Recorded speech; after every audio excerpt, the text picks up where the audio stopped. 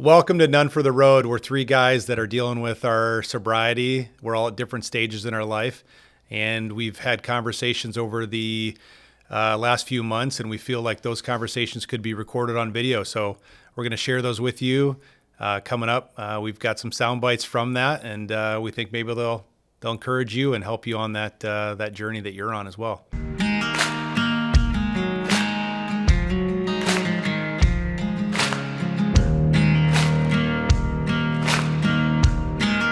How about, Will, you tell a little bit of your story?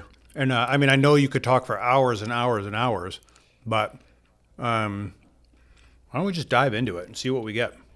Yeah, I'm good with that.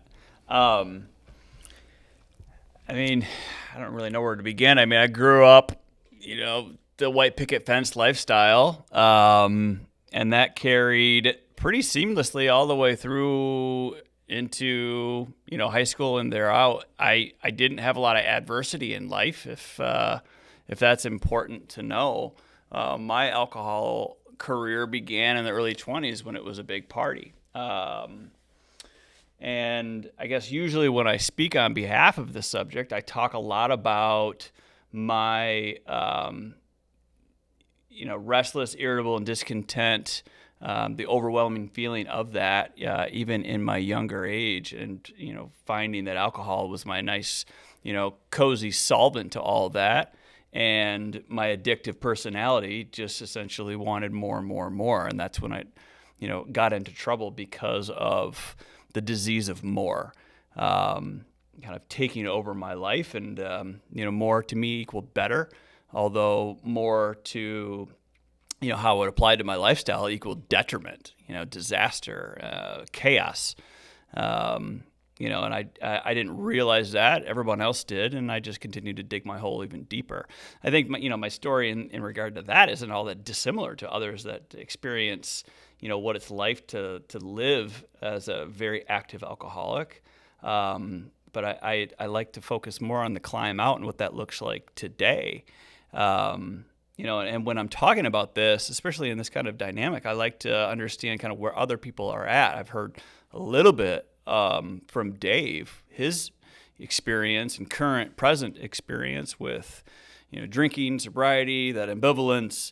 But I'd really like to know kind of, Joe, your recipe and take on, where you're at with it. I understand you got a few years under your belt, and I'd like to hear what that sounds like to you, like what that looks like. So, Will, it's been, I think, 13 or 14 months since I've drank. So I don't have a couple years. I've just have the year and a couple months. But what I've realized, even as of the last 6 or 7 months, was I had been dealing with my whole life. I had a stronghold of insignificance in my life. I didn't feel I was significant, and how that played out throughout my entire life. I thought I was always just afraid of rejection. But that, I think, is just a manifestation of more of the root of just feeling insignificant. And I didn't really know where that came from. Awesomely enough, I was on the phone with my mom, I think it was last week or 2 weeks ago, and I had already been praying through and going through insignificance and rebuking that, replacing that with what God says about me, who I am, the creation I am, seated in heavenly places, where I know now really what my identity is. But my mom had said, I was telling her that I had gone through, just kind of breaking free of the bondage of insignificance and how that kind of had plagued my life. And she graciously enough said, "Oh my gosh, wow, I think you got that from me," because I had battled with insignificance through into my 40s. And so that was eye-opening to me that there might be some generational pattern, generational sin that I can also pray against, in addition to kind of how I kind of agreed with insignificance. I agreed that I wasn't valued. I agreed that my opinions didn't really matter. I agreed that, you know what, I've got brothers that are funnier and better and this and that. It's like, you know what, I'll just be quiet because I'm not going to convince anybody of my opinions, and they don't really matter. I'll just be likable. So knowing that now, I can really healthily look back and say, I found alcohol as an identity, especially, young, 20, it's probably around 24, 25. I said, you know what? I like this identity. I'm looser. I can converse more easily with other people. It lets a guard down. I'm funnier, I think. And I just, all this confidence. Wasn't as hard to meet women and girls. I'm like, everything just seemed so much easier, and so that became an identity. And I liked it. I liked the identity. I liked everything that went into the identity. Sports, going to the bar and drinking over with your buddies over great food and beers, and doing that. There was just so much fun activity around drinking. And it validated me, and I found my validation and identity through that, suppressing this fear of rejection, fear of insignificance, that I didn't matter. You're 100% funnier, though. You are way funnier when you drink. Oh, I agree, Dave. I totally agree. Yep. Yeah, I just wanted to affirm that. It's just thank you. It's really Dave, downhill. you've got such a great ministry gift, of just really bringing people up. I thank you for that. I'm a better individual for that. Thanks. Yeah. I find your insignificant struggle interesting. I identify with that as well. And I'm curious, did you drink to dull that out? Did you drink to kind of rise above that? What was the solution that alcohol provided? Was it dumbing that down, that insignificance, allowing you to kind of forget about it temporarily? Or did it enable you to kind of rise above and feel more superior to it, give you that boost, or did it allow you to hide more effectively? I think so on two fronts. It boosted my internal self-worth and validation, but it also allowed me to hide other things that I was dealing with in life, with marriage, with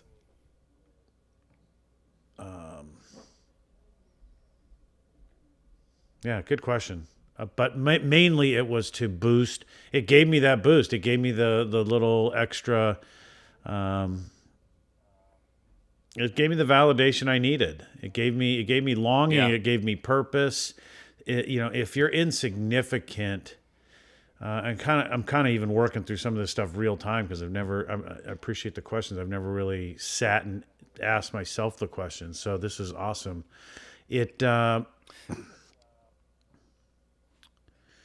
In insignificance, it gave me a false sense of identity and purpose.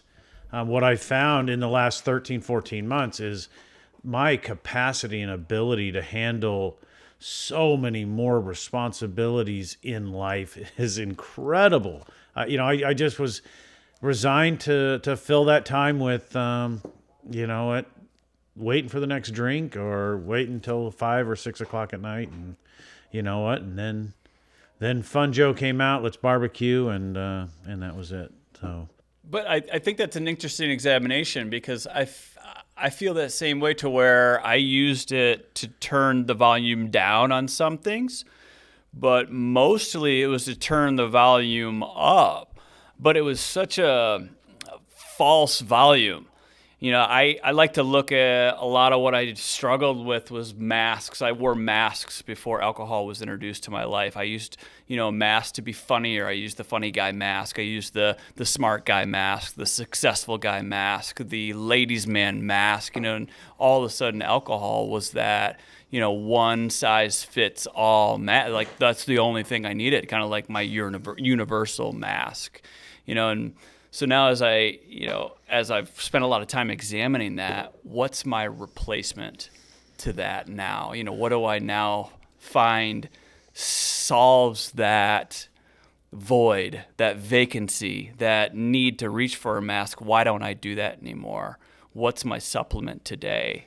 And I like to ask that of other people that go through this as well. Like, on your journey of recovery, what do you reach for? What's your recipe? What helps you? Yeah, there were moments that happened in my life that I think led me to a deep sadness, and whether I can say that was the impetus to start drinking, I don't 100% know. But in that moment of sadness, I also found myself just experiencing a moment in time of just kind of boredom. And that boredom, I feel like I just filled with alcohol. And I didn't have a purpose. And if you don't have a purpose and you are bored, it's a great way to fill that space and fill that time. And then you continue to do it. And then that's when it turns into a habit. And that's when it turns into the addiction. But at first it was just kind of like, hey, I don't have, much else to do. And this is I'm looking forward to doing this, drinking this night and drinking that night, coming up, during the week or during the weekend or whatever. And then you continue on and you just make it such a part of your life. And the hard part about it is once you're wrapped in it, once you're in that world, you can't ever really discover your purpose. That's the catch-22. So you're never like, you just can't get out. And so you stay in it. And again, I know there's a chemical addiction, but I think for so many people, it really is just it's a lack of purpose to begin with. It's a lack of something meaningful, and that creates some meaning, right? That connection you have with friends and family, even, right? And it's everything that you do is sort of encompassed also with alcohol.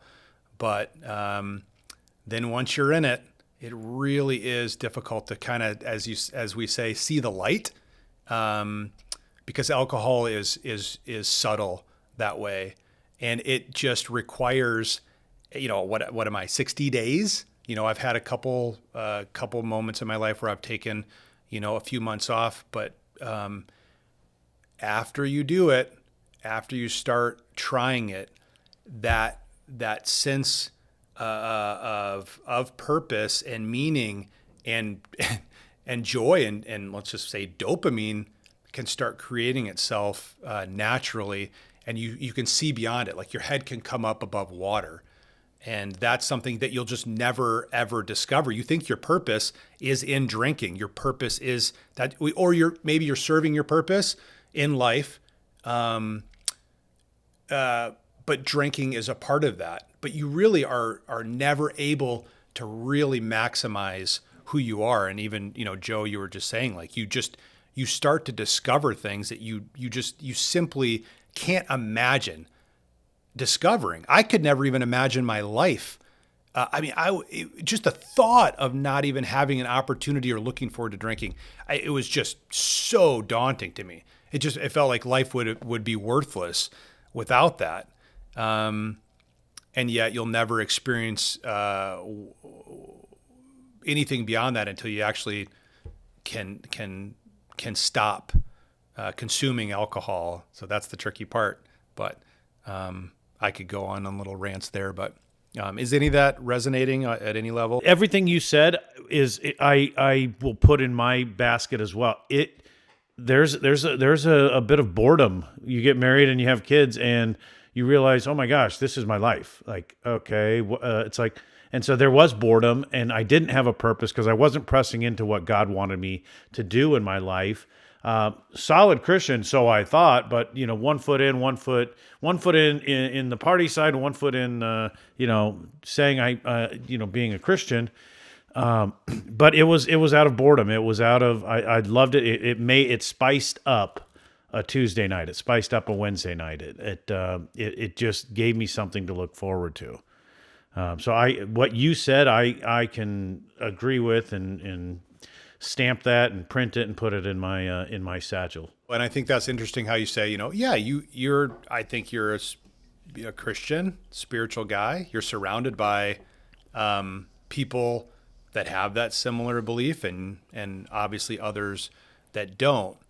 But how many people? I mean, can you count on one hand how many people that you know that don't drink? I mean, that's what I'm just. If you really like take a look at it, I'm just. We're in just a very unique position, not drinking. I don't know anyone that doesn't drink.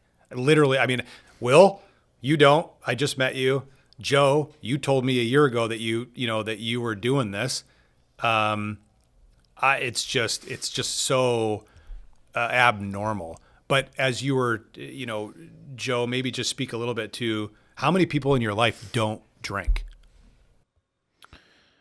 Honestly, I found my immediate family all drinks a ton, and it makes it fun. But what I found, Dave, is like as I'm going through life in the last, let's call it 7 years since moving to Phoenix, all I'm looking for is a drinking buddy, somebody that wants to go to the bar with me, somebody that likes this lifestyle too. And I couldn't find one. All my friends' parents, oh, yep, AA. I'm like, oh, okay, well, we would have been friends 3 years ago. This would have been great. Like, I failed at finding people that wanted to go and live this lifestyle. And so I don't know. I could never find that one person. Maybe I found one friend. They ended up moving away, but he would come over and we'd have a drink every 3 or 4 months. But I never found somebody that rolled in my sphere that wanted to do that. So and I was bummed. I'm like, dude, come on, really? But that's so interesting. I was so the opposite for me. It was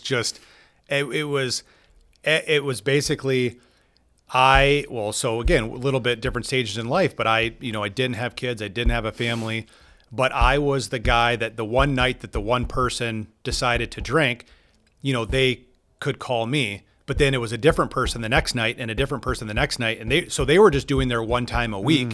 But I ended up being every night a week because I was the easy person to call up, and everyone knew I would be good for it to go and hang out and have some pops, as they say. So that's so interesting. I honestly, as I asked you that question, I did not know that it was difficult for you to find. I mean, it was like, coming out of the woodwork for me. It was the easiest thing to do. So I mean, with Cubby being a couple miles away, he and I would always,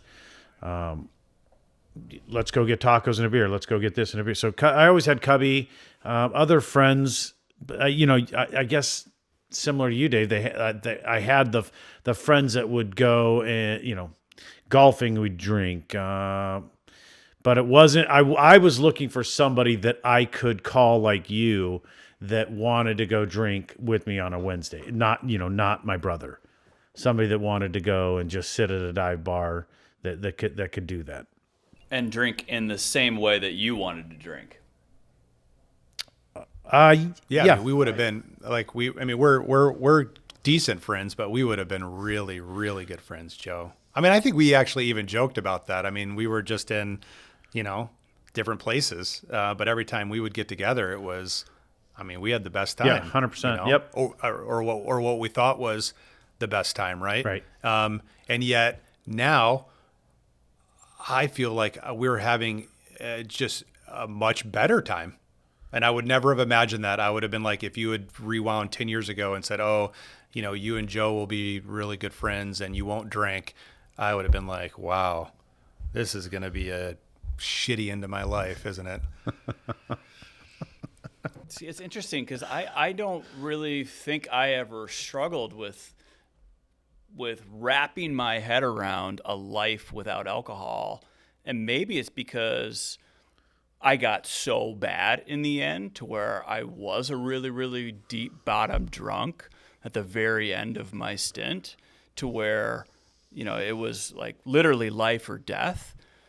So I can't entirely relate to wrapping my head around like, oh, I can't even imagine doing anything that I normally like to do, golf, boat, beach, anything without a drink. It was like, man, that would be amazing. And if I could have a life of that, that would be incredible. But I am clutched in the bonds of this drink that I can't escape.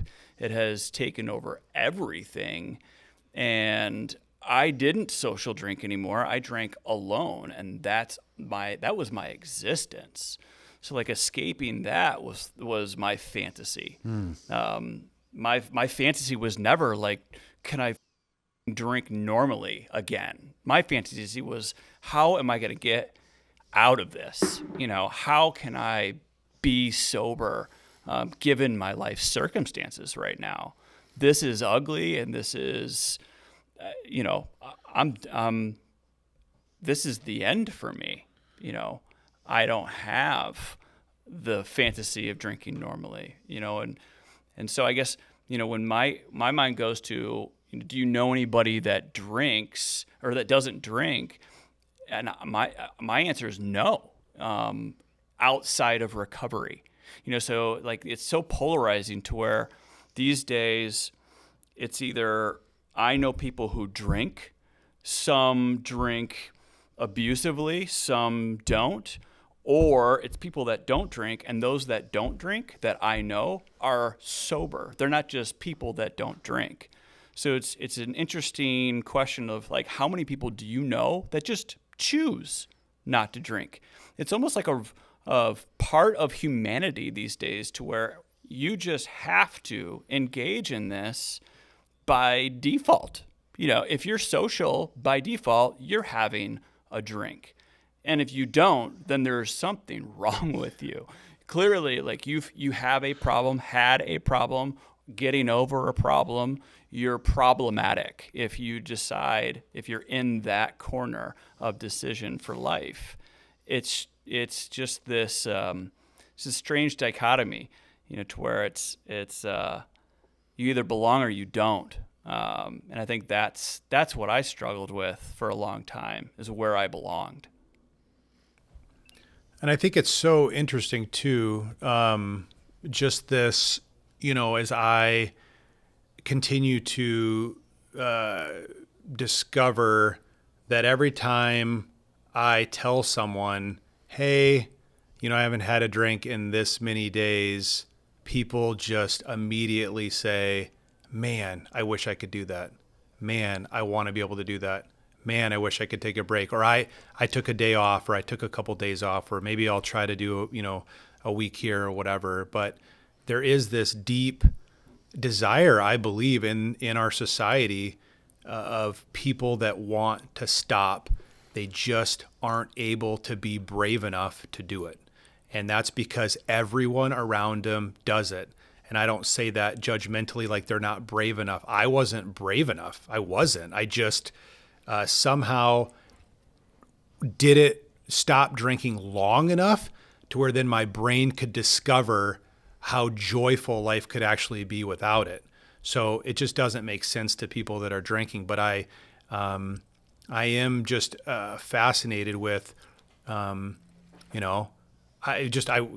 was telling Will, I was just in the Centurion Club at the airport, came into the bar, whatever. There's one seat in this whole bar. They escort you in, they sit you down at the bar, and I'm at the bar. That's where my seat was. And I'm just surrounded by, obviously it's a travel day. People are just boozing heavily. And I sat down, order a water, and, alcohol's all around me. And I, immediately it's recognized that I'm not drinking. And I just said, yeah, I just not drinking. And people, every single person's like, man, I wish I could stop. I wish I didn't have to do this. I wish this, it just isn't, you think, your brain tells you that everyone's going to make fun of you and that everyone's going to think it's weird. And yet everyone is trapped in this alcohol cycle that they can't seem to break out of. But that's actually fascinating, that essence of being trapped, that everyone, I mean, to a degree, is trapped by alcohol these days. To where it's, oh man, I wish I could do that. Well, why is that the sentiment? Like, oh, I would love to take a break. Well, why is like a break attributed to alcohol? And if it is, like, why is that still a behavior we as people engage in so frequently and readily and sociologically acceptably? That's the thing that really trips me up and I find very strange, is that that's the immediate response to when I tell people I'm sober. It's like, man, good for you. Oh, well, if you say it that way, that to me means like you feel like there's some detrimental aspect to this behavior you're engaging in. And if you're not alcoholic, why don't you just not do that? Like, what is the pressure? What is how is that still necessary to have in your life? And it just fascinates me continually that is such woven into the fabric of everything we do. And I think Dave, he mentioned it earlier that people are, for lack of a better word, scared. That they're just not bold enough to make a simple choice that goes against the grain of society, whether or not they have a problem with it.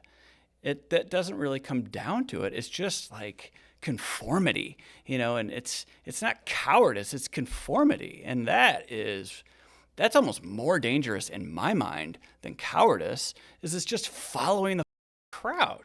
And man, that's what led me down this road in the beginning, is following the crowd.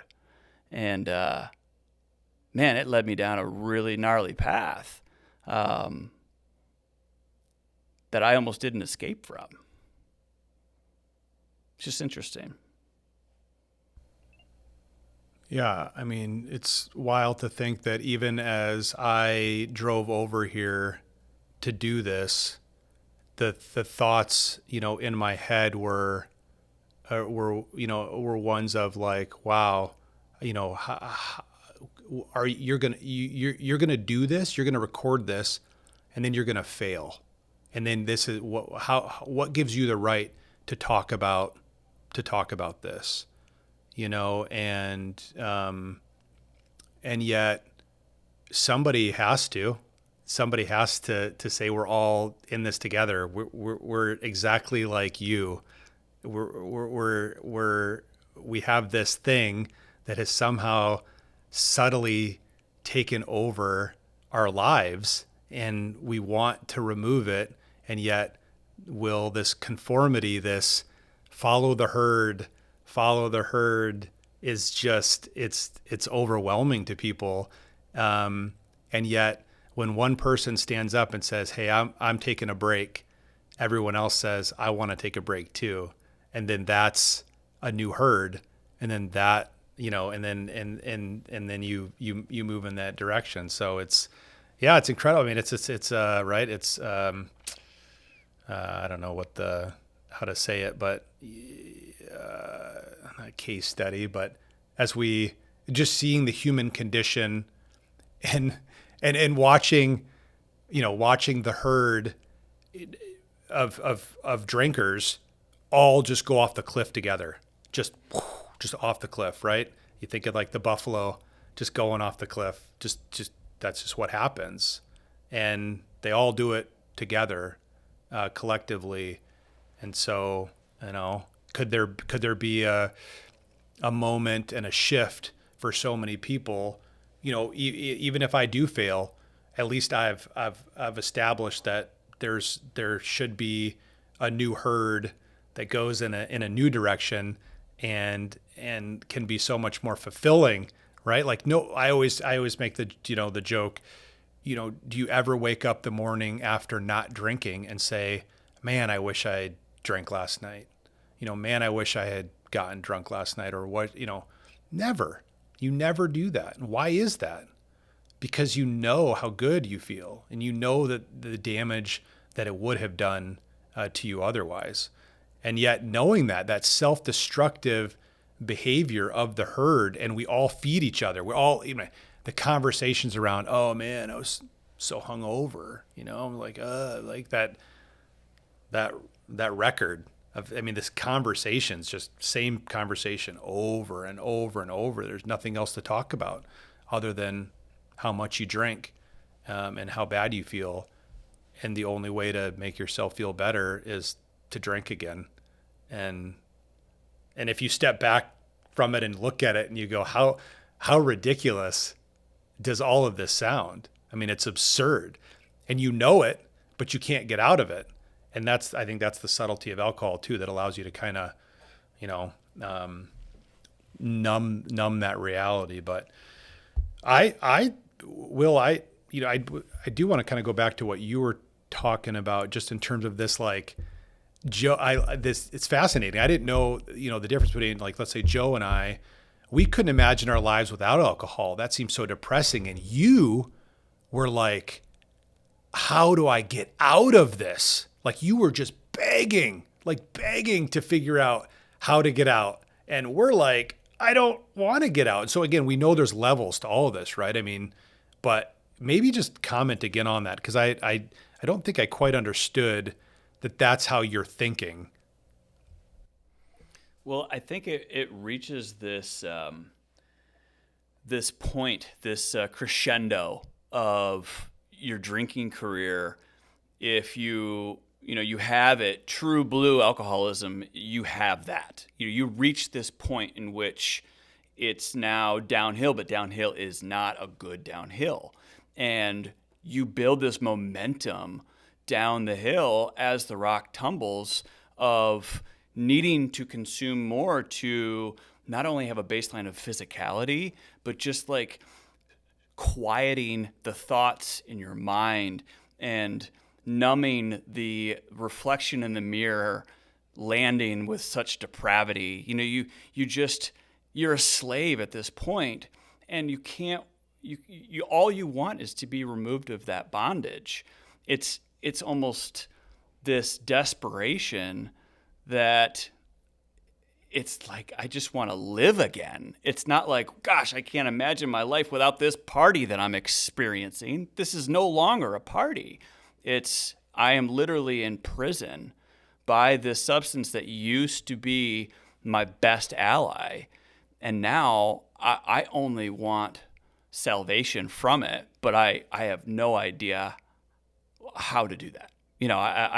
Am I down? Am I gone too far? Am I past a point of return? A lot of those thoughts occur to me in the final years of my life, and it was years of living that way, to where it was just like, I'm just waiting for that final night. And as dark as that is, that was literally the reality that I lived in for so long. So at that point, it's no longer like, man, I wish I could continue this party. It's, I wish I could continue living. How the hell do I do that? And so that, I guess, is the difference, because there was a point in my career to where I pretty much recognized that I was an alcoholic. I was drinking behaviorally to a point in which no one else really does to my level. And I don't want to let go of that, because it's still fun. That still existed for years. But then it just, at some point, and it isn't like this definitive point. It's just all of a sudden, I am now in this very different period of drinking that experience of it being fun, it feels so distant. And I have no idea how I got here, but I am stuck, And so that's where my mindset changed, in terms of like not fearing being without. It's fearing being without anything, and it doesn't mean I don't empathize with those that struggle with this, this idea of, how am I going to live enjoyably without this in my life, because everything involves that, But now that I have found this kind of newfound enjoyment and solution to my life, like, I try to implement, this lead by example, and I live this really nice, joyous, happy way of life, and can be, done without it, So, man, I don't really know where I'm going with this. It's just like, I get it, but that was not my experience because I took it way too far.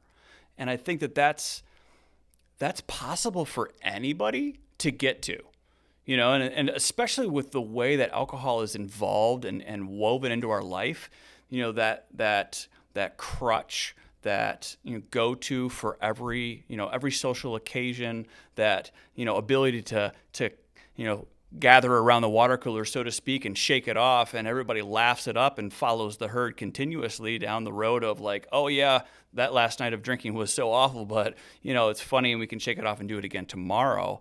Anyone in that herd, I think, can reach a point of where I got to, and reaching that point of absolute desperation. But it's not necessary, and a lot of times when I'm taking a new guy through the program, so to speak, of recovery, it's like, that's optional, that experiencing that kind of alcoholism, that kind of addiction is optional, but for some people it's just necessary. But I believe truly it's inevitable for anyone who doesn't get a handle on it early enough. I don't think it solely boils down to like in the genes, you either have it or you don't. You're capable or you're not. I don't think it's that black and white. I think any of us can get there. And the scary thing to me is that because alcohol is so prevalent, therefore it's a bomb in everybody's hands that just, each person is holding one dynamite stick with a longer wick. Someone's got a shorter one, others have longer ones. It's just inevitable that it's going to blow. And the trick is not even getting close to that point. But there's so much adversity because of that herd mentality these days. There's so much that works against people's desire to say, you know what, I don't feel like drinking tonight. Not because I have a problem, just because I don't want to. That's just not, oftentimes, it's just not an option. But why isn't it an option? It should be. And it takes people, I think, to stand up and be bold and just simply say, I'm not having one, to influence others, to be that, squeaky wheel, so to speak, go against the herd, but it's fear driven just as much as it is taking the drink for certain reasons. I think it's just scary for everyone, period. I'm so curious too, just about this, there's obviously, there's levels, right? 1 to 10, let's just say, Will, you were an 11, right? And maybe Joe and I were the fives. And yet, you got to a place that you broke, right? You went so far that you broke.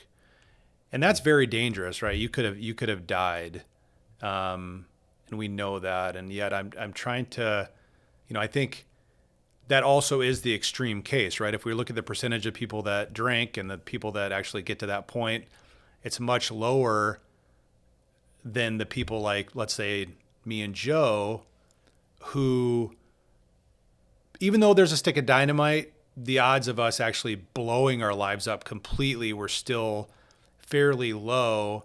And yet at the same time, if you took me and Joe and multiplied that by the millions and millions and millions and millions and millions and millions of people that are living their lives like that, it's extremely problematic for our society, for our families, for so many different things, right? It's almost like we should wish, this is going to sound terrible, but we should wish we get to the point of complete brokenness to where we will just have that wake up call to say, I can't go on anymore like this. Yet most people never have that. So they just keep drinking, and it's not, but to me, that is extremely dangerous. So there's almost, I don't know how I want to wrap this in a bow, but it's almost like you be having maybe some level of gratefulness for how extreme you took it to the point where now, it somehow gave you the clarity to just, it was all or nothing for you.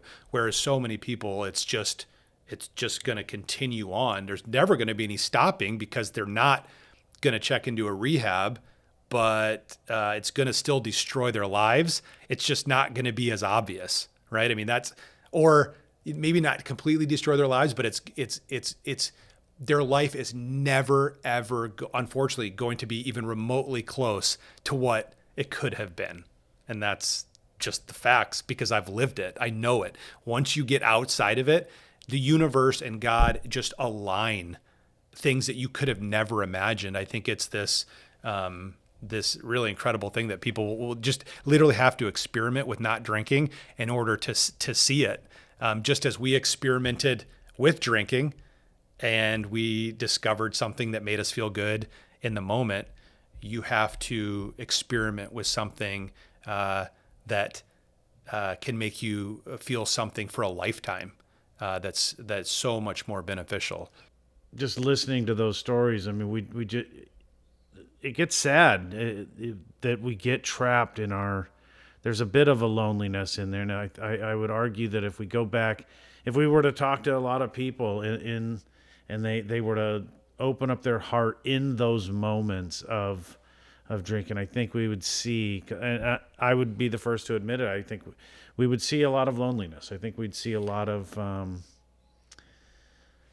I think you're totally right, Joe. I think if we were able to be, we as people be, extremely vulnerable and examine how we truly feel in those moments or in regard to those moments, I think loneliness would be very close to the top of that list. And so, in sharing those stories of, kind of what I went through, I rarely want to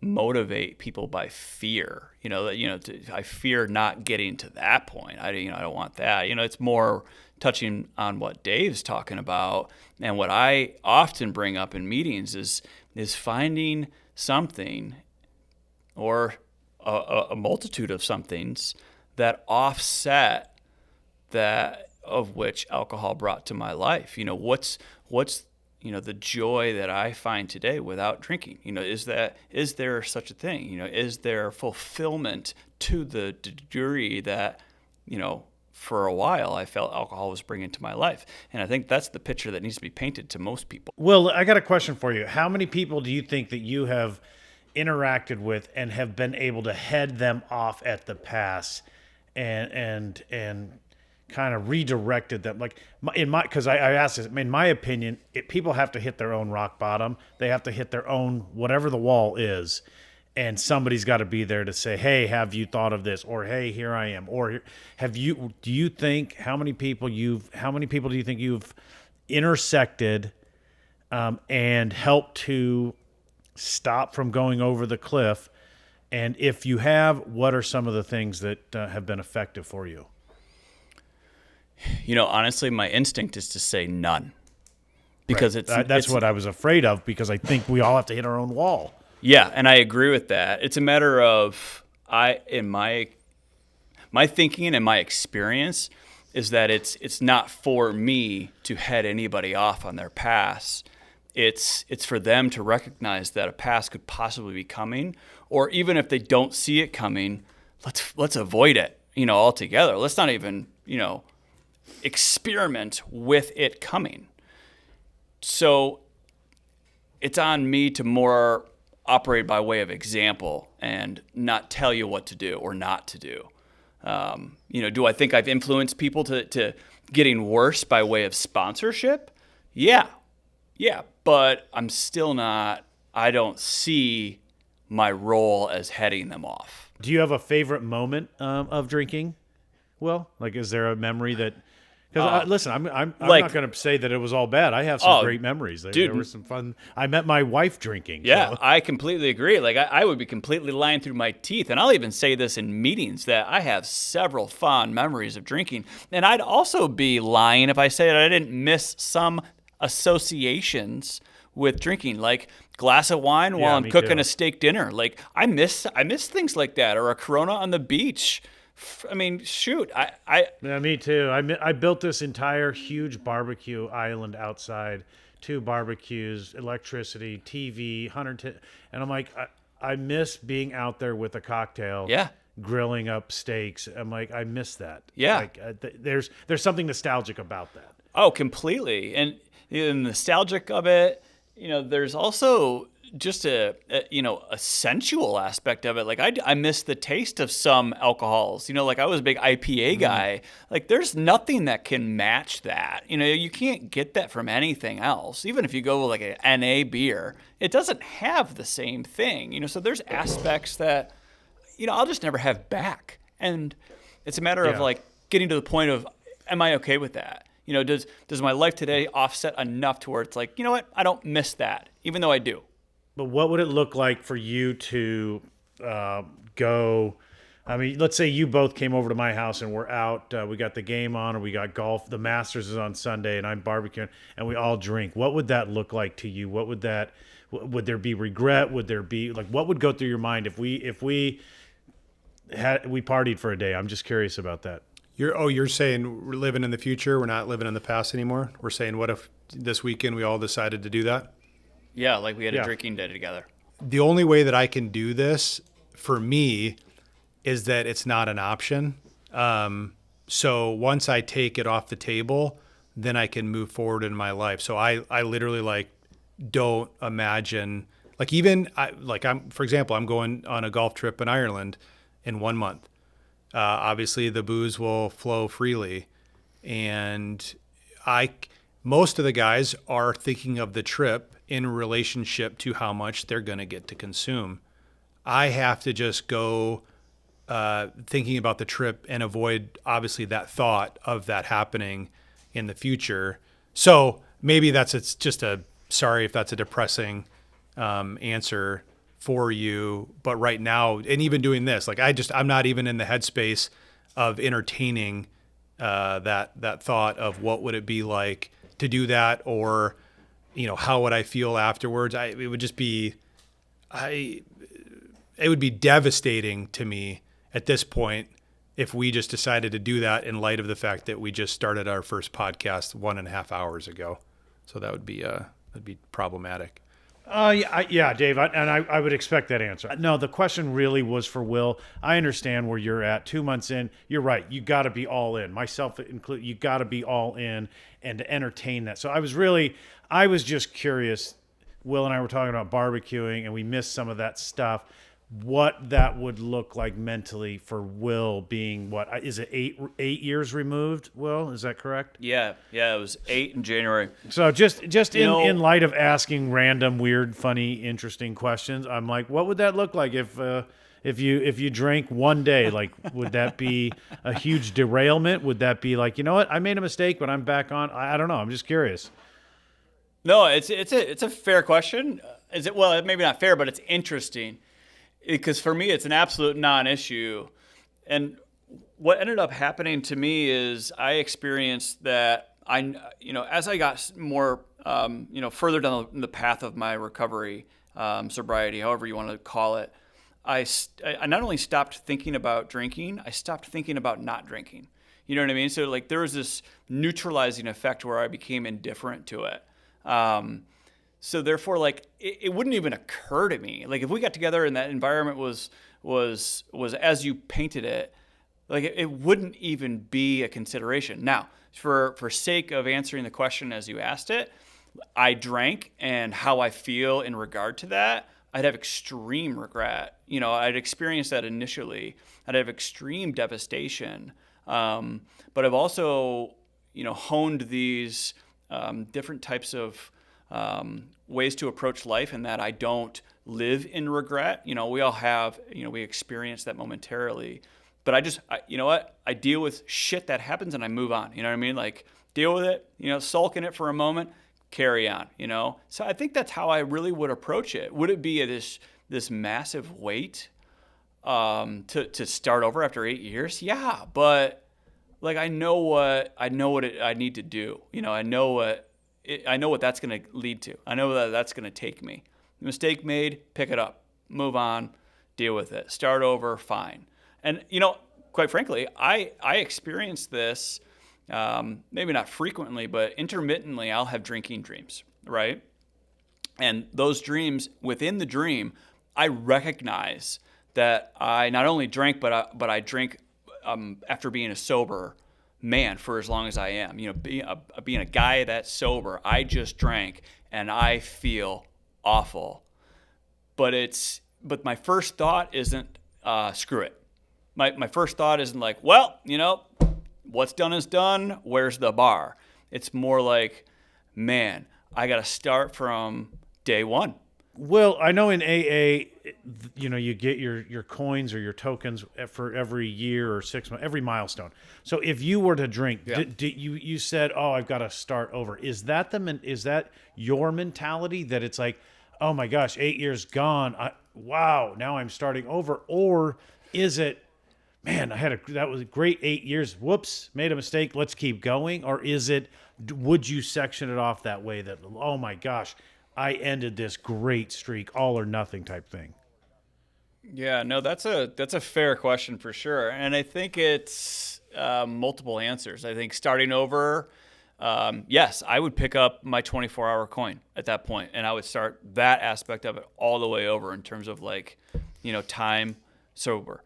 But am I starting all the way over in terms of my recovery journey as I can then, because of the 8 years, draw upon all of this experience, knowledge, and wisdom that I have pulled from for so long? Am I actually starting from scratch? No. I think it would just be the clock starts over. But the way I approach sobriety, I think I would still have a massive leg up in terms of how to do it. Yeah. But it doesn't mean that I would take it for granted, and in the end, it might even be a really neat, effective feather in my cap to lead others. Like, I made this mistake. I made it at 8 years in, but I turned right around and got back on the horse and just attacked it again. I went through the steps again. I picked up new coins again, and it can happen because, let's face it, relapse is a part of this. People, fall off all the time, whether it's a month in, years in, it doesn't matter. There's a saying that I love in the rooms that, just because I'm further down the road than you, like if I'm talking to Dave, just because I have 8 years and you have months, I'm just, the road that we're on is the same road, and we're both just as close to the ditch. I'm just as liable to step off, screw up, and need to get back on that same road, Joe, I'll fire it back to you. What's a scenario where you could imagine, you've been, your 13 months? What's the scenario that could cause you, potentially, what are you aware of that might be that moment or that tragedy or that amazing thing that happens in your life, right? It could be a good thing, it could be a bad thing. Is there anything that you could play out in your head that says, well, that would be the most likely scenario to take place in my life that would make me reach to have a drink? No, there's not one. And I think I told you this, Dave, at the football game when we were talking about this a year ago, last fall. I made a commitment to God, and because of that, I made a promise and an oath. I said I will never drink again, and because of that, because of the gravity that has in my heart and in my words, that there's nothing. I said, unless God comes down and says, hey, himself, like the sheet to Peter, like kill and eat, and he, all of a sudden Smirnoff and whiskey is coming down in a blanket. It's like, hey, bro, let's have a drink. Outside of something God's saying, drink. There's nothing that. No, there's no temptation. There's no desire. There might be a missing here or there, but nothing that would falling away from my faith. I guess that would cancel in my mind. I guess I would cancel my promise to God if I fell away from from my relationship with Jesus, then I could say, you know what, I used to do this, but that doesn't count anymore. So outside of that, no. What what did that look like when you? I mean, what was the day of that you made this commitment? What maybe the prior night or the prior weeks in advance to that, and then do you remember where you were or why? What caused that suddenly for you to make? And were you did you speak out loud or did you pray this in your head? Did you write it down? I mean, maybe what did this commitment look like for you? Yeah, it was, it'd been going on for 10 years. Of these slight, subtle promptings from God. And, I understood I drank too much and there were issues that I was using alcohol to hide from, being honest with my wife about. And so his spirit just kept saying, man, we gotta get over this. We gotta beat this. We gotta beat this. I'm like, yes, I know. And I do 2 months, 4 months, 6 months at a time. And I'm like, I'm good. And then finally he was saying, I remember, I think it was about 3 months before I actually stopped it and before I made that commitment that he said, alcohol's your God. Like, I know you love me, but you're serving alcohol. He's like, I've got so much more for you, but you're serving a different God. And I remember that. I'm like, you're right. I am. I'm serving a different God. Alcohol is my God. I love Jesus. I love Jesus. I didn't respect and I didn't have awe for God, and I was serving the wrong God. And so, yeah, it was a night. My youngest daughter was sick and I was drunk, but I was in praying for her. And I don't remember all the details, but I was praying over her. And God just said again, he's like, alcohol's your God. And I know my wife had wanted me to cut back. And so that night on the floor, praying for her, I think at 3 a.m, I said, all right, God, I had done the commitment to God about smoking, 4 months before. And that worked. I was held accountable by my words to God and this covenant that I had made in my mind. And so it had helped me to stop smoking. And I'm like, okay, you know what? But I don't want to do it with drinking. That night I said, all right, I will make this promise to you. I have no clue how I'm going to do this, but I'll make a promise that I'll never drink again. And that was it. Wow. So you were drunk, Yeah. praying over your sick daughter. Yep. And in that moment, then you laid on the floor in her room, or then you went back to your room, or you sobered up that night and then you woke up at 3 a.m. or something? No, I was praying over her at 3 a.m. And after I had kind of finished praying, I was just laying in there, sitting on the floor next to her bed. And that's when the Holy Spirit brought it to my heart and said, hey, let's make a commitment. Let's do this. I think I told you this as well, Dave, and Will, this will be news for you. But earlier that year, he's like, let's read the Old Testament. I want to teach you a few things about who God, the character of God is versus, the graceful, loving Jesus in the New Testament. And so all throughout the Old Testament, I was impressed with man made so many covenants and God made so many covenants to man. And so that word covenant had been on my mind so much. He said, hey, let's do something. I think now's a good time. I don't know, Dave. I don't really know the answer of why. I just knew something was stirring that I said, you know what, now I'm going to do it. And I did it. That's awesome, man. It's astounding to me how you went about your last night, and that you made a commitment there and then, and that was it. And that started it, and that's what led you to 13 months. Like that's insanely impressive and not how typically it goes, And I'm just really interested in, kind of not just the day that it happened, but like the months leading up into that day. What were your drinking behaviors like? What did your life look like? Was it this compilation of glaring detriment of alcohol being involved in your life, or was it just like this, sudden, holy cow, alcohol is the bane of my existence, and I'm making this covenant to God, and tomorrow is a brand new day. I'm interested to hear about that. Let's see. Well, let's see. My drinking habits. Come home from work and have a couple beers, and around 6, 7 o'clock, and then go to bed around 10, 11. I usually would, after a few beers, then I would make a whatever alcohol I had, vodka, juice. I really like Captain and Diet. So, and that was.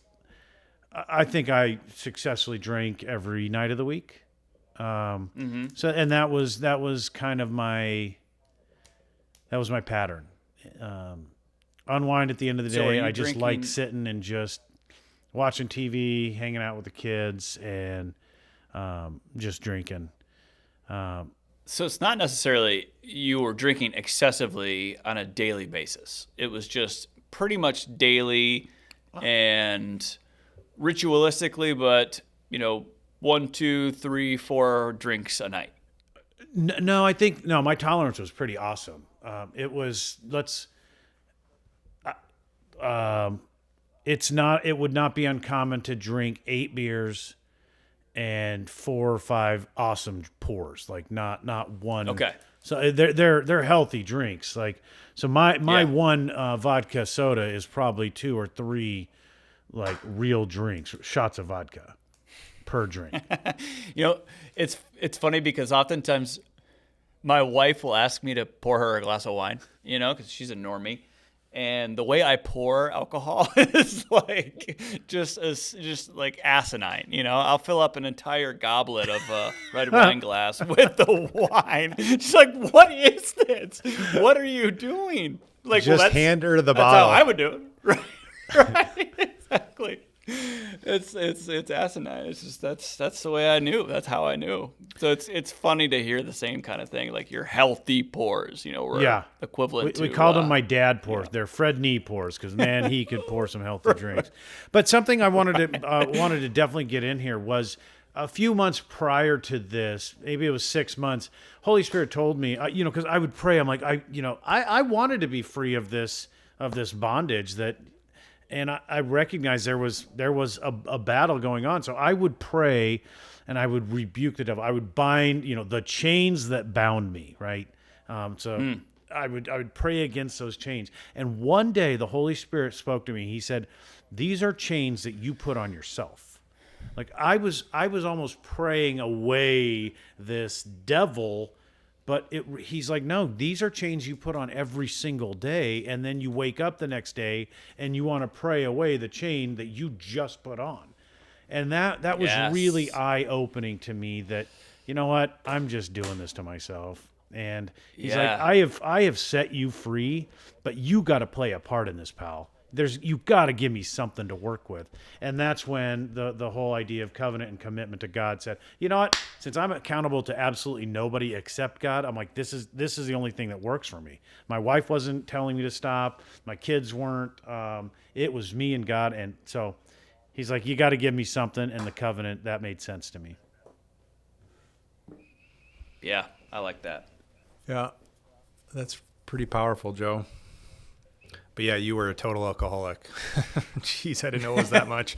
Oh, totally. Yeah, I 100%. I loved it, and the tolerance, was incredible. It was. I had built it up. I'm joking with you, but yeah, no, it's I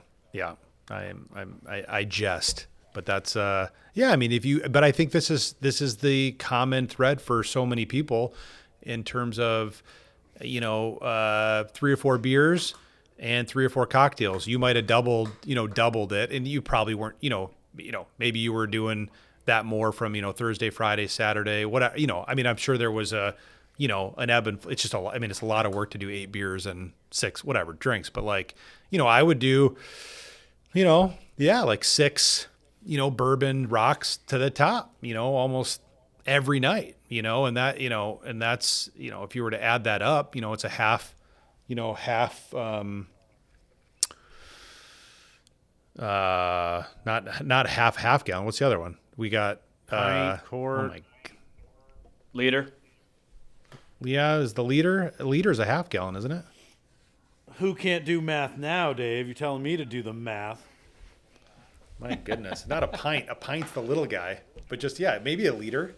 Yeah, I don't know, but just half a bottle, right? And then if you do just half a bottle, I mean, every night, and again, it's not, it's not, drinking to the point of killing you, but it's drinking to the point of it's so self-destructive. I think I had a thought of, it's interesting, like, it's almost like we're all sort of suicidal, but we're not going to kill ourselves with a bullet. We're just going to kind of like enjoy the suicide. Like, we're just going to drink because drinking is fun and drinking is enjoyable, but we ultimately know that it's killing us. Like, you all know, like, every single person down deep has some sense that it's killing themselves, that they're killing themselves. And so then that's where you have to step back if you're really honest with yourself and like, do I really want to be here? Like, what is this? What is this thing that I'm doing that obviously is killing me? But it's just a slow death. Will, you got there, you just expedited the process. But I think I came to terms with that. I just realized, I was like, do I really, want to be here?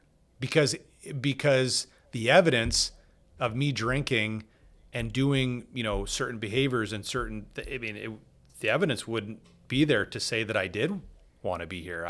You can't consume like that and then say, wow, you sure love life, man. No way, not a chance.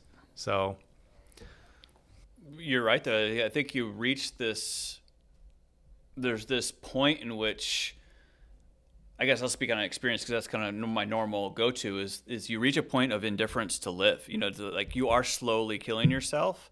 You would never actually take your life. Like, I never was going to take my life that way, but I also didn't really want to live anymore. So you reach this weird point of limbo, really. You're in your own limbo to where you're just existing. And that's relative, or subjective rather, to each person. Is this behavior that you're currently doing destabilizing your life enough to cause this point of provoking a thought is am I slowly poisoning myself deliberately and doing it again and again? Well, what if I removed that from my life? What does that look like? And that's a point in which some people make a decision and, implement action, and some people don't. I think there's a bunch of people that if they're honest with themselves, they don't love their lives, man. They don't. And but you're not going to love your life. It is impossible. Like, people can say it, but like, you cannot love your life and consume a lot of alcohol. Like, it just doesn't work that way. And everyone really knows it down deep. In the moment, it's fun and you're loving the feeling, but that's just the facts, man. Yeah, Dave, I resonate with, there were thoughts that, I'm not going to kill myself, but I think I might be okay with drinking myself. I never processed it that I wanted to, because I didn't want to die, but I'm like, I'm not really doing anything. What is life here? What is this for? What am I doing? And so, yeah, it was almost like drinking yourself to death, even though I didn't want that. I just didn't find any point and purpose to life, which is why God's words that, man, I've got so much more for you, but you got to serve me and not this first. And then let's see how that plays out. And let me show you. But yeah, I there were times I'd sit there. I'm like, yeah, I'm kind of just drinking myself to death, and oh well. And strangely okay with it. Yep.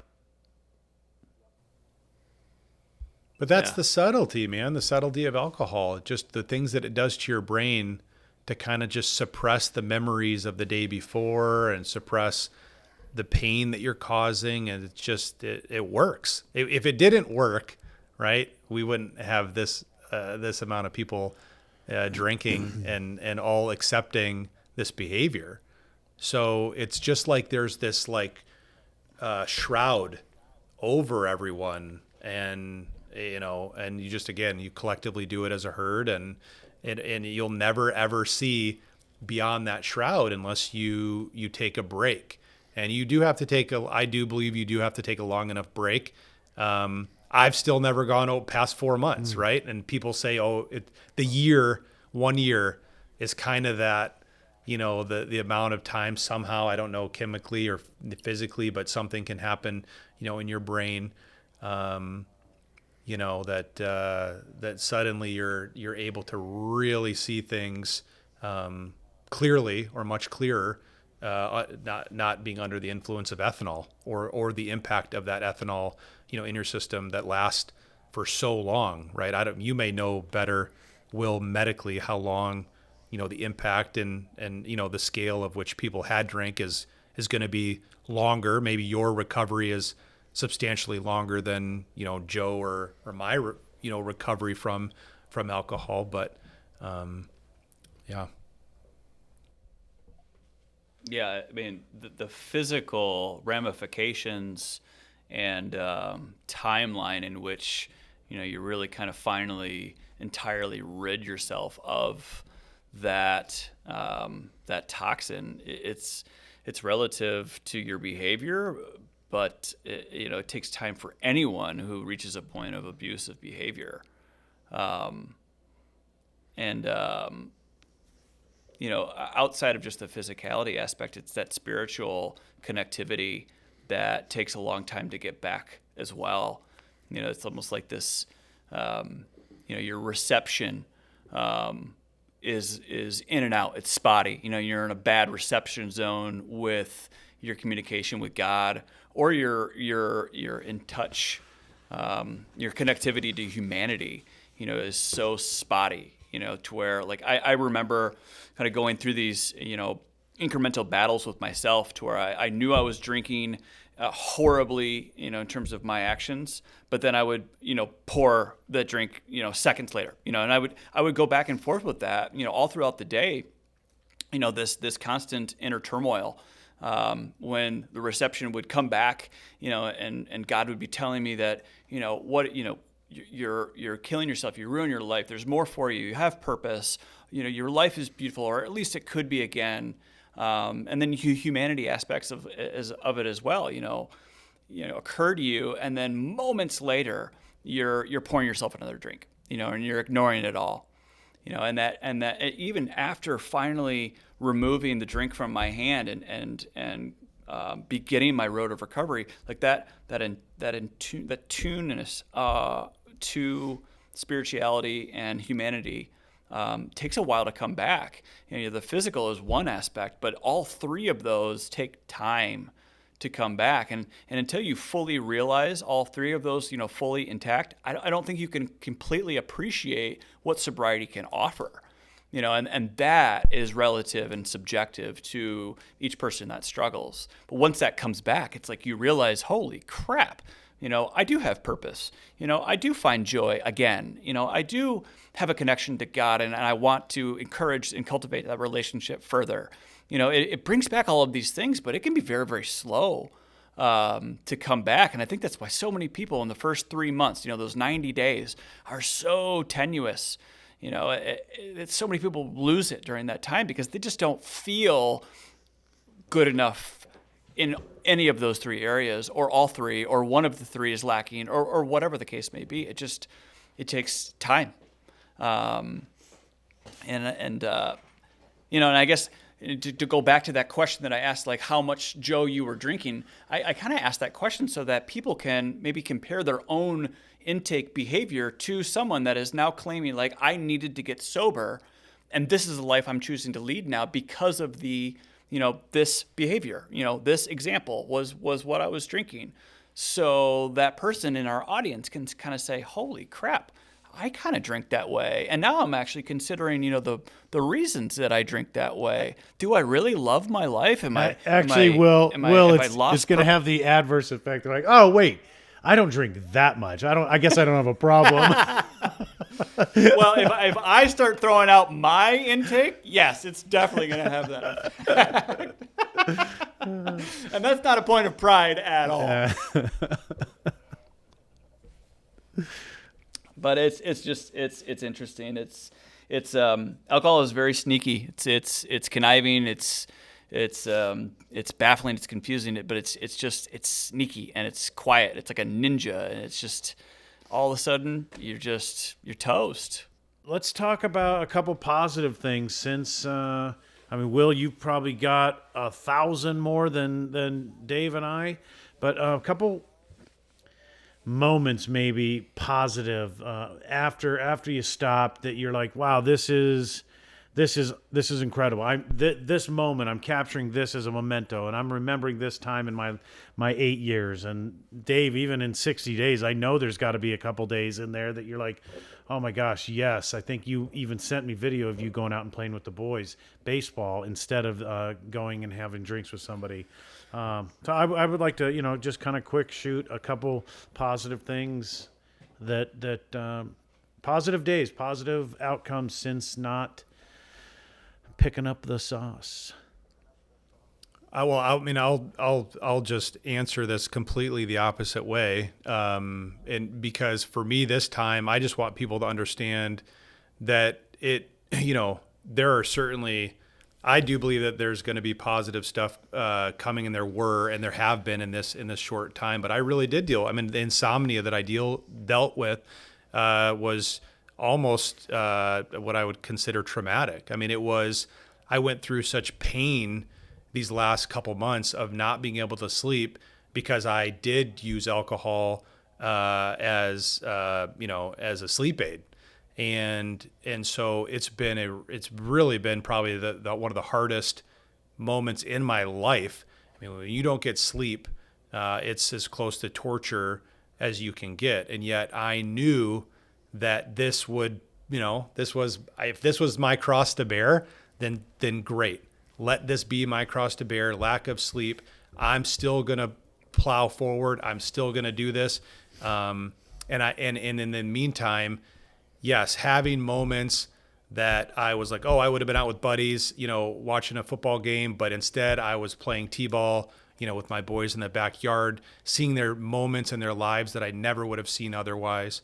And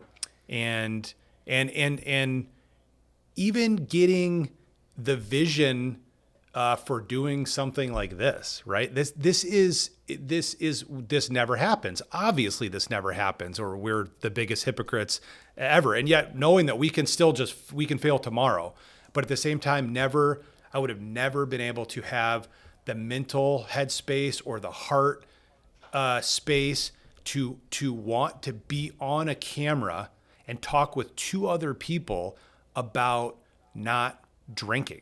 That doesn't ever happen without being free from the bonds of alcohol, right? So every day that you don't do it, I think God rewards this obedience. He gives you these like gifts. He gives you these ideas. He gives you these moments with family or friends or work. It's incredible. I really do believe God is asking us to be obedient in this area, even for people that are, I just have a couple drinks a night or whatever. Like, it's not about that. It's simply about denying yourself something that you just partake in just whenever you want. And because there is a social acceptance to this, but doing something that, you don't feel like doing, there is such a benefit to it and such a reward and such a joy. And so, long-winded answer. Let me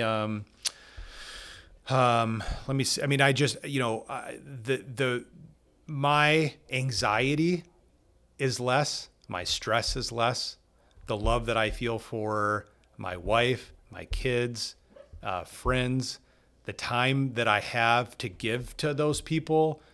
I mean, everything is just multiplied by 100. I don't know what the number. It's like it didn't exist basically, and now it exists. Like you're when you drink, you're surviving. You're like surviving. It's incredible what we're able to do even while we're drinking. And then to just get rid of that, like I use the analogy. It's like a governor on a golf cart, right? There's that governor that just restricts the speed of that golf cart, and you just got rid of it, and then you can just take off, and you can do so many things with your life. So long-winded. Will, you go.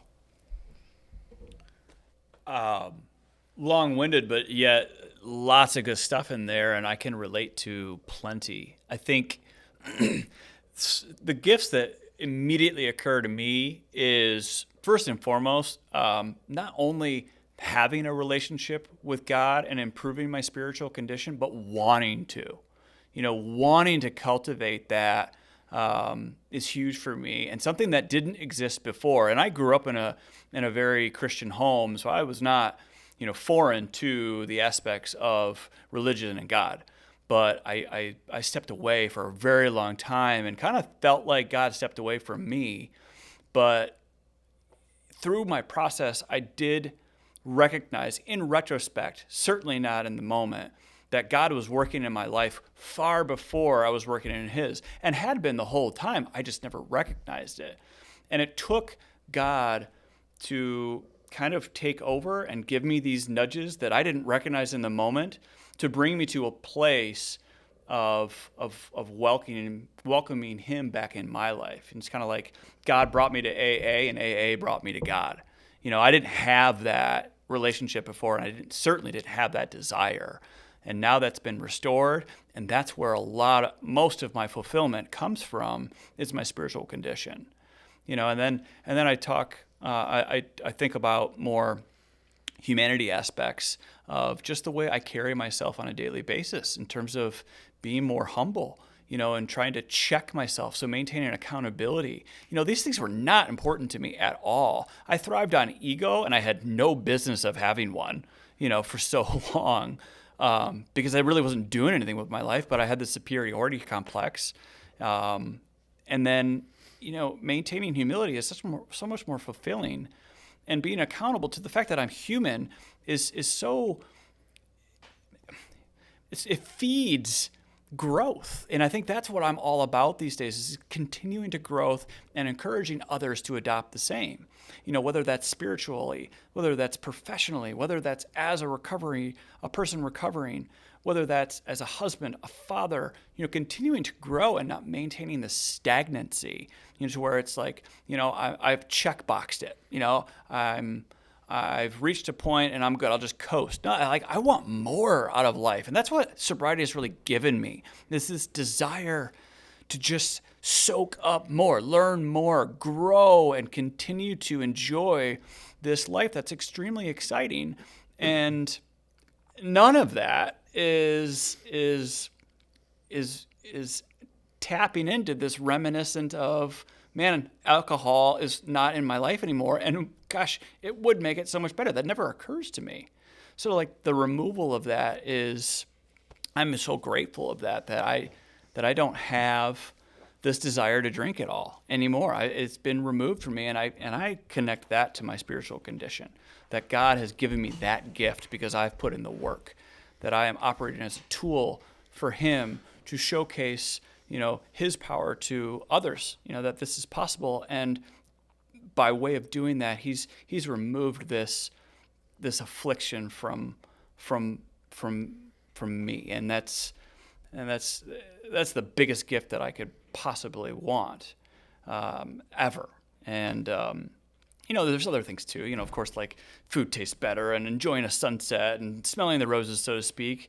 All those things are default benefits too. But just feeling like a better, more fulfilled and purposeful person of the world and of God, I think is it for me. And I think that just simply encapsulates it all. It's awesome.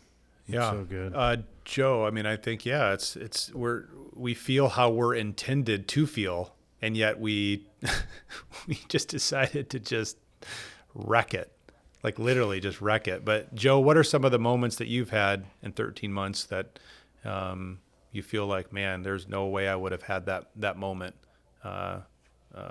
with alcohol? I would say, for the record, it's almost 15 months since we're counting, and Dave can't do math. I thought I'd just make sure. I'll eat some pistachios while that sounds delicious. You know, it's been about 15 months and since I've stopped drinking, and some of the positives, I look at it as peeling an onion, and in my analogy, I wouldn't even take the onion out of the drawer. I just kind of let alcohol hide it. Until I finally said, yes, God, I'm done. I will commit to. I wanted so much more from God. And when he said, you know, you're serving alcohol, and I said, okay, fine, I'll stop serving that. I want to serve you.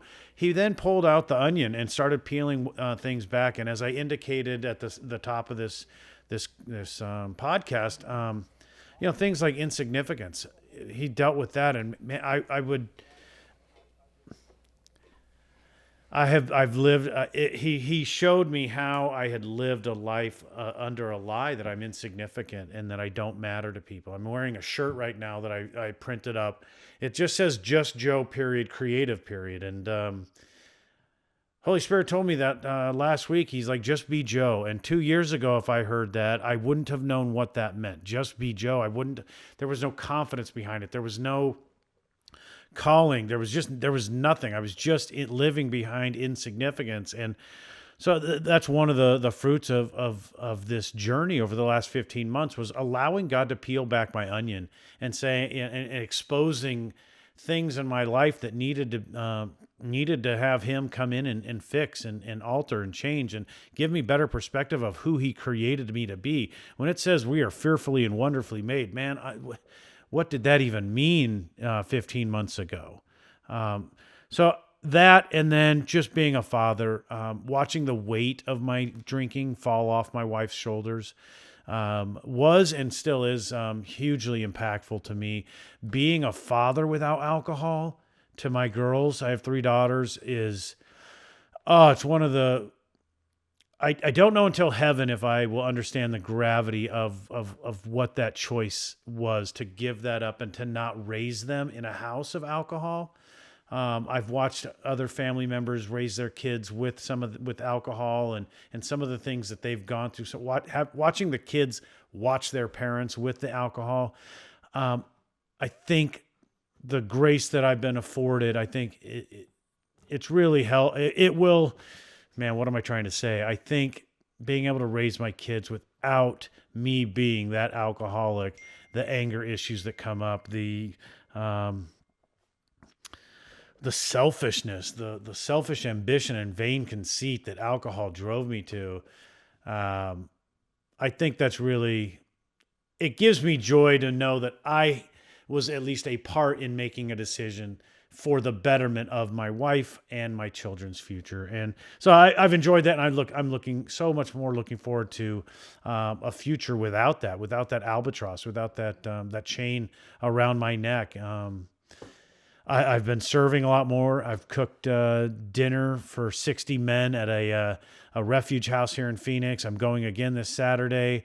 I'm leading my kids' Sunday school because I really just wanted them to be more involved in Sunday school. I said, you know what? Then get off your butt and go lead Sunday school. Your kids will follow dad. And if you're leading Sunday school as the fun dad, they're going to follow. I'm leading a cabin at my men's retreat. I'm leading a group on Tuesday nights. None of this was happening 15, 16, 18, 2 years ago. 15, 18 months ago, 2 years ago. So I'm excited. I'm excited to see what God's doing. Now that I said, yes, peel this onion back. I'm yours. My heart is yours. Do with me what you created me to do at such a time as this. So, I'm just in love with it. I'm so excited. I'm so excited to be able to do this, whatever this is, this podcast, this video podcast. I'm excited. I'm excited to see where it goes, if it goes anywhere. But it's certainly fun to be able to chat about this stuff with you guys and kind of come on board with each other and walk with each other. That's powerful, man. I love it. I love it. Love it. Yeah. Love it. Yeah. I mean, I I'll think, echo that. ultimately drinking is yeah, you said it. I mean, it's the most selfish behavior I think that you can have. I mean, it's a self-centeredness, right? I mean, it's inwardly focused. It has nothing to do with anyone else but yourself, and then it just destroys everything else around you. Yeah. But I don't want to end this on a negative thing. But man, awesome! I didn't know you were. Man, I really feel bad about my other endeavors. I guess I got to start leading church now, and oh man, a lot of things I'm gonna have to start doing to catch up.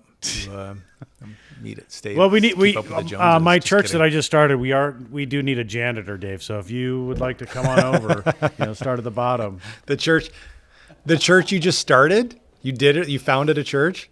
No, I just took the joke another step further, and Thank yeah, you. No, I did not. And Joe, you and I have talked about just our work that we're in, and video production, I think, can be, it's a pretty high stress thing. And sometimes we both question, like, is this what we should be doing? I think you've taken breaks from it. I think I've taken breaks from it as I start some of these, other little ventures. But, I said to Krista, I think even this morning, or no, yesterday, she was like, or a couple days ago, she asked me if I was excited to go on the shoot. And I'm like, I don't get excited. I just said, I just go do it, and I'm providing, and I'm very grateful for the work. I'm very grateful for the job that I have. But then I said, you know what I'm excited for? I'm excited to do this podcast. I said, I don't think I've been excited about anything. Like, I don't get like that. I mean, I'm excitable. I get loud and I get passionate, whatever. We know, but Dave. We know. Exactly. So for me, this is great, and I really I've never done it before, so I feel like I'm probably the dead weight on the call today. But as long as you guys can carry it, I'll just sit here and eat nuts. What are your thoughts, Will? I'm extremely encouraged by this. I think I will echo how Dave feels about this. This has been really, really exciting leading up until this, just envisioning where this will go and how it can be impactful on other people, hopefully, I mean, there's the possibility of things these days is what excites me most. And I'm so grateful to you guys too for being able to or being willing to offer up your resources to put something like this together. You have all the equipment and the know-how, and this is it's just incredible to be able to be invited in to, begin this conversation that could very well be exposed to, an audience, or it's just good for us. This is still like extremely exciting if it was just us three in a room having this 2-hour conversation about Correct. this. Correct. It's just awesome, man. I mean, I get eager to talk about recovery all the time, and to be able to do so in an environment with other guys that are just as excited about it is like it revs me up, man. It really does. And so to see where this could go is it's encouraging. Yeah, I can't even put it into words. That just in terms of like this idea for me, it really is like Joe and I, we had a conversation kind of about this on the phone, and Will, we've had a conversation. But every time I have these conversations, just in selfishly to keep myself accountable, I'm like, why didn't we record that? Right? Because every time I have this conversation, I feel like somebody said something to me that someone else needs to hear. And so even, I highly doubt a lot of it's going to come from me, but if I can be a part of facilitating you guys, encouraging others, then that's so great. Dude, to me. I disagree, Dave, totally. In fact, I find the dynamic of people at different stages along this journey is so incredibly helpful because we're at such different stages along this journey. Your experience of where you're at today differs a little bit from where Joe's at today, and it differs a little bit from where I'm at today. Not to mention our experiences before making that decision differs enough to impact it's such a wider variety of audiences that I think that this is just such a nice magical secret sauce that is appealing and impactful in so many different ways because of it. I mean, if this was a panel of people that were all at 60 days or the same exact experience as Dave or mine, I think it would have this staleness that this doesn't. So I think that we all bring this really nice, ingredient to this dynamic, this triangular dynamic, as I was talking about in text. I think that we have it. I think this is exciting. Well, I think that brings us to what we do at the end of every podcast, which is our tip of the podcast. Man, think about what's important. Think about just the next step. Just take a look at your steps, take a look at your feet, and focus on the very next one. And is it in the right direction? Is it in the direction where you want your life to go? Is it in the direction that you think God would want you to go?